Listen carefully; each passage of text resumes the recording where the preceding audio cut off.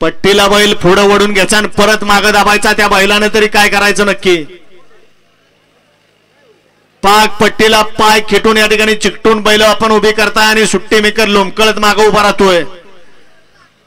नुसता बैल हल्ला तरी झोल्यात आपण पुढे येताय आणि आपली गाडी बाद होते.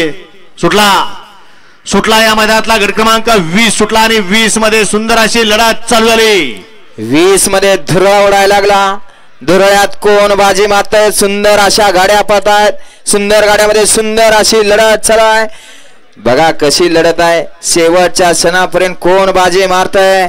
लढत चालू आहे अतिशय सुंदर आणि शेवटच्या क्षणाला बघा कुणी डबल टाप टाकला.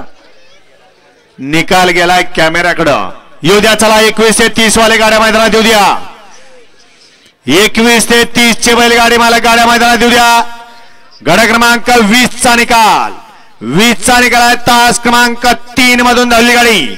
बळीराम पोले यांचा घरचा साज भैरव आणि ओमकार या गाडीचा प्रथम क्रमांकाला विजय त्या बैलगाडी मालकाचं त्यावरती बसलेल्या चालकाचं हार्दिक हार्दिक अभिनंदन. शेवटच्या क्षणाला ड्रायव्हरनं टाप टाकला आणि गाडी निकालात घुसवली. सुंदर अशी गाडी पळाली.